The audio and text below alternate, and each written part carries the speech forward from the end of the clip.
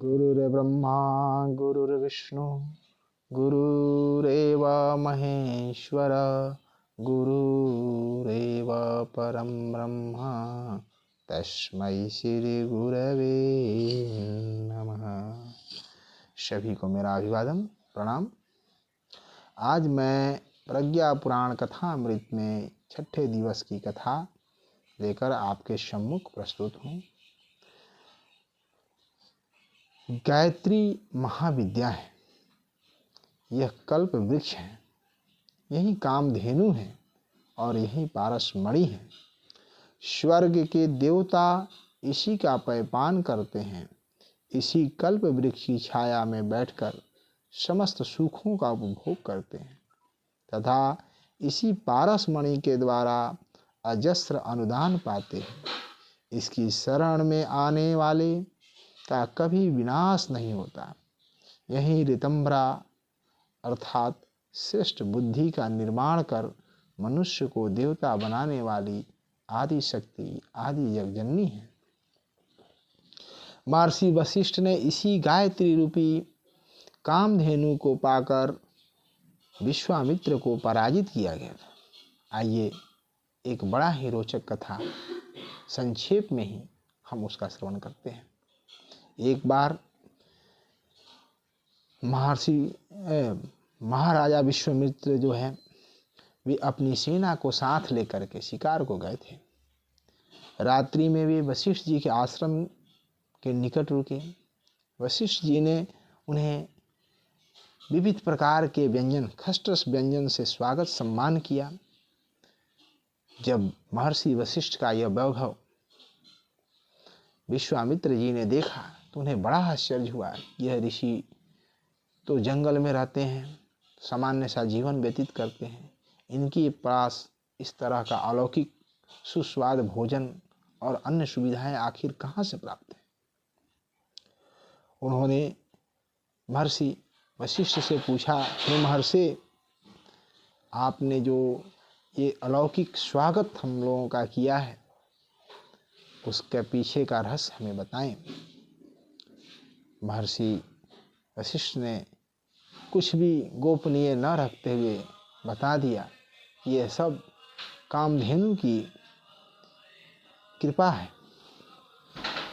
अब उन्होंने वशिष्ठ जी से गाय को मांगा कि हे महर्षि, आप तो जंगल में रहने वाले हैं, ये गाय हमें दे दीजिए। ये गाय हमारे राजकाज में, हमारे यहाँ संत महात्मा बहुत से अच्छे लोग आते हैं, उनके स्वागत सत्कार के लिए हम उचित व्यवस्था बना पाएंगे, ये गाय हमें दे दीजिए।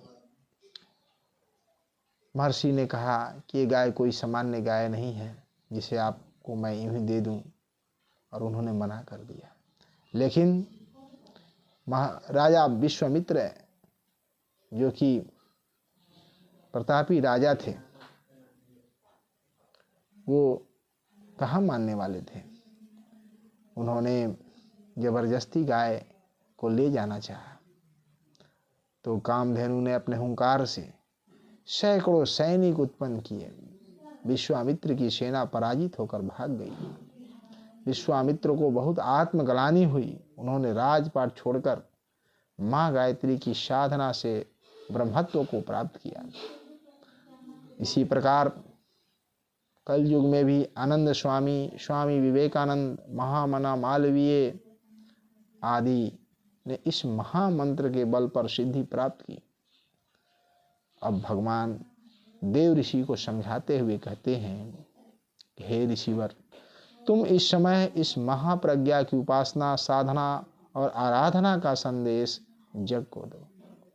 आज का जो समय है वो वैचारिक संकट का समय है, और इस वैचारिक संकट से अगर कोई हमें उबार सकता है, हमें सद्ज्ञान की राह दिखा सकता है, तो वो जगत जननी गायत्री ही है। गायत्री मंत्र केवल शब्दों का समूह नहीं है, बल्कि वह कंपन है, वह सूक्ष्म कंपन है जो हमारी प्रज्ञा को जागृत करता है, हमारे बुद्धि को सन्मार्ग की ओर प्रेरित करता है। बुद्धि तो बहुतों के पास है, बुद्धिमान हो जाना अच्छा होने का प्रमाण नहीं है। एक से एक बुद्धि के धात्री लोग हैं और वे तरह तरह के कर्म कुकर्म में लगे हुए हैं। एक कम बुद्धि वाला से एक ज़्यादा बुद्धि वाला ज़्यादा घातक हो जाता है अगर उसकी बुद्धि सच्चिंतन में न लगे।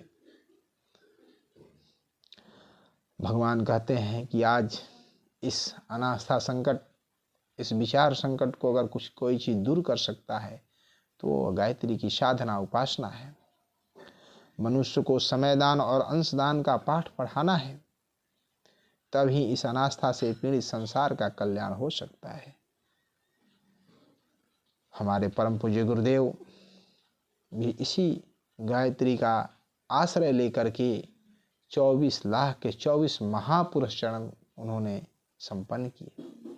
इस पुरुष चरणों के दौरान वे मात्र जौ की रोटी, पहले जौ को गाय को खिलाते थे, फिर जो गाय का गोबर होता था उस गोबर से जौ को निकाल करके धो करके उसको अच्छी तरह से सुखा करके उसे पीस करके और उसकी रोटी से, वो भी 4 चुटकी आटे की रोटी, ये नहीं कि भरपेट नहीं, और गाय के छाछ, इसी पर उन्होंने 24 महापुरुष चरण संपन्न किए। और देखा जाए तो वे एक तरह से इस कलयुग के विश्वामित्र हैं। उन्होंने पीड़ित मानवता को सही दिशा देने के लिए यह सब कर लिया।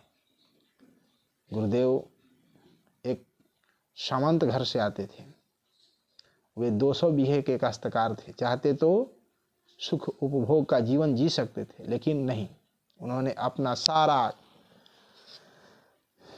संपत्ति जो है खेत वगैरह उन्होंने समाज कल्याण के लिए दान कर दिया और अपने लिए मात्र निर्वाह, एक सामान्य आदमी का निर्वाह के लिए जितनी राशि उपयुक्त होती है उतना ही से कम राशि पर जीवन निर्वाह किया और इस विश्व वसुधा के लिए मार्ग प्रशस्त किया। उन्होंने 3300 से अधिक पुस्तकों का लेखन किया, अनेक वाङ्मय लिखे, वेद पुराणों का भाष्य किया। इसके लिए उन्होंने उन सृष्टा ऋषियों के साथ भी साक्षात्कार किया।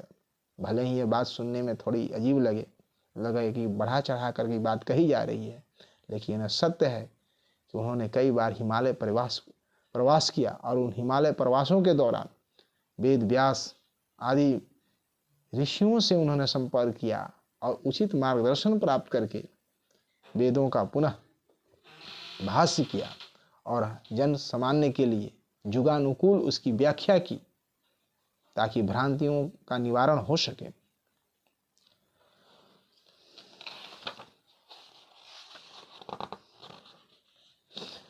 भगवान कहते हैं, हे नारद, मूढ़ता की माया से आदमी अन्यास कब छूट जाए नहीं मालूम। अशोक का कलिंग विजय के बाद जीवन ही बदल गया। अंगुलीमाल ने महानता के साथ जुड़कर क्रूरता छोड़ी और भिक्षु बना। अम्रपाली ने पतित गर्हित जीवन बदला और शेष जीवन धर्म संस्कृति के प्रसार विस्तार में लगा दिया। आवश्यकता इस बात है कि जिस तरह से बुरे लोग अपनी संख्या बढ़ाने के लिए रात दिन तत्पर रहते हैं, उसी तरह से हम अच्छे लोगों का भी कर्तव्य है कि ये बिना सोचे कि इसका क्या असर होगा ना होगा, अच्छे विचारों को जिस स्तर तक हमारी समर्थ है उस तक अवश्य फैलाएं। यह एक देवासुर संग्राम है जो विचार क्रांति अभियान के माध्यम से आप सब लोगों के सम्मुख प्रस्तुत किया जा रहा है। इसमें श्रेष्ठ व्यक्ति जो चाहता है कि यह दुनिया अच्छी बने, दुनिया से इस तरह का जो विप्लव है वो शांत हो, उसे अच्छे विचारों का प्रसार करने का दायित्व अपने हाथ में लेना ही होगा, तभी इस दुनिया का भला हो सकता है। आज अनास्था का भस्मासुर जनजीवन को भस्म कर रहा है। इससे मुक्ति दिलाने के लिए स्वयं प्रज्ञा अवतार के रूप में अवतरित हो रही है। आज हमें उनकी स्वागत करनी है, तैयारी करनी है। यह प्रज्ञा अवतार एक तरह से बुद्धा अवतार का पूरक है। जो बुद्धा अवतार में कार्य शेष रह गए थे उसका यह पूरक है। भगवान कहते हैं कि जिस तरह से त्रेता युग में बानर भालू के माध्यम से जन सामान्य ने मेरा सहयोग किया था। द्वापर युग में ग्वाल वालों के रूप में जिस तरह से हमारा सहयोग किया था, बौद्ध अवतार में जिस तरह से भिक्षुओं के माध्यम से हमारा सहयोग किया था, आज वही समय आ गया है कि जो भी सद व्यक्ति है, जो अच्छे विचार वाले व्यक्ति हैं, आज प्रज्ञा अवतार को, इस प्रज्ञा को, सही विचारणा को जन जन तक फैलाने का कार्य करें। भगवान कह रहे हैं, हे देव ऋषि, आप जागृत आत्माओं तक मेरा संदेश पहुंचा दें कि इस शुभ अवसर पर वे मेरा सहयोगी बने। आइए एक छोटी सी कहानी का पुनः श्रवण करते हैं जो हमारे लिए प्रेरणा की स्रोत हो सकती है। एक बार विदर्भ देश में जोर का अकाल पड़ा। एक गांव में किसी के पास कुछ भी नहीं बचा। केवल एक किसान के पास कोठी भरा धान था। वह उसे कई महीनों तक अपने परिवार का भरण पोषण कर सकता था, लेकिन उसे ध्यान आया कि अगले वर्ष मौसम के समय खेतों में बोने के लिए बीज न मिलेगा तो फिर से अकाल का सामना करना पड़ेगा।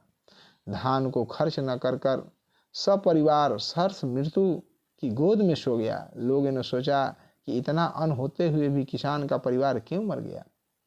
उसने अपनी वसीयत में लिखा कि मेरा समस्त अन्न फसल बोने के समय गांव में बीज के लिए बांट दिया जाए।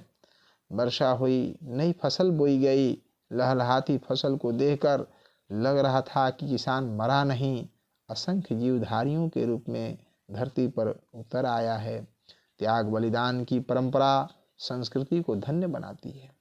जो इस समय मेरे सहयोगी बनेंगे, उनकी गाथाएं युग युग गाई जाएंगी। हम इसे एक छोटे से उदाहरण से भी समझ सकते हैं।